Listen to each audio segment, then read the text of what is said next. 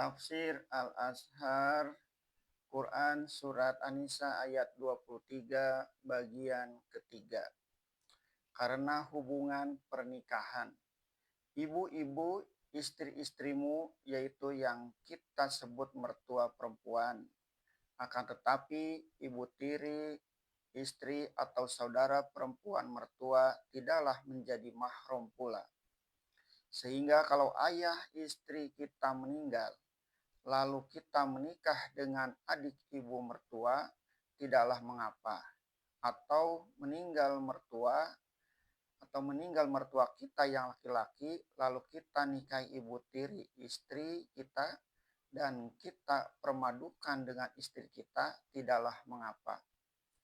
Anak-anak perempuan yang dalam pangkuanmu dari istri-istrimu yang telah kamu campuri, itu yang kita sebut anak tiri atau anak tepatan. Haramlah anak perempuan itu kita nikahi kalau habis nikah dengan ibunya. Kita telah menyetubui ibunya ini. Tetapi jika kamu belum campuri mereka, tidaklah halangan atas kamu. Misalnya sehabis ibunya kita nikahi, belum sempat bercampur, istri itu telah meninggal dunia.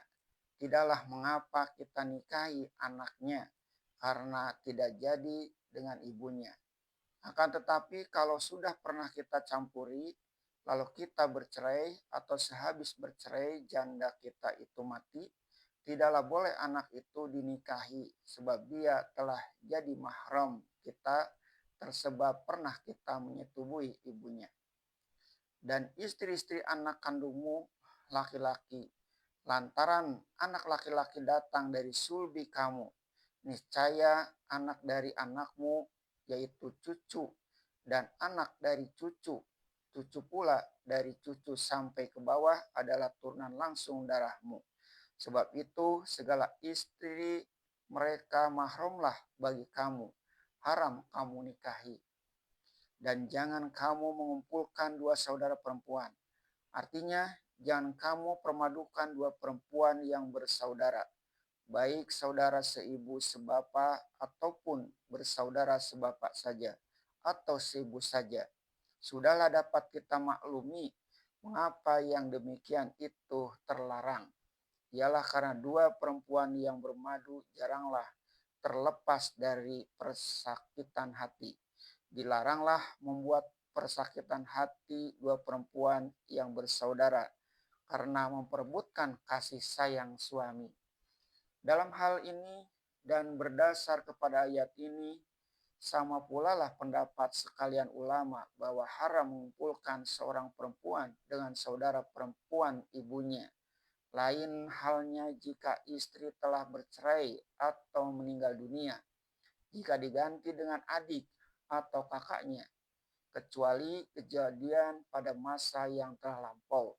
Artinya dimaafkan Allah jika pada masa jahiliyah sebelum kamu mengerti peraturan ini, engkau nikahi dua orang perempuan bersaudara. Itu dimaafkan oleh Allah. Akan tetapi jika telah memeluk Islam, segeralah ceraikan salah seorang antara keduanya sebagai lanjutan ampunan Allah yang telah terlanjur dahulu itu. Anakmu dengan perempuan yang kamu ceraikan itu tetap sah jadi anakmu dan tetap berhak menerima warismu jika kamu meninggal dunia. Sesungguhnya Allah Maha Pengampun dan Maha Penyayang. Dosa yang terdahulu itu diampuni oleh Allah, sebab waktu itu kamu belum tahu. Lalu sekarang kamu telah hidup dalam Islam, diberinya kamu peraturan yang baik tentang pernikahan dan ketentuan mahram karena sayangnya kepada kamu.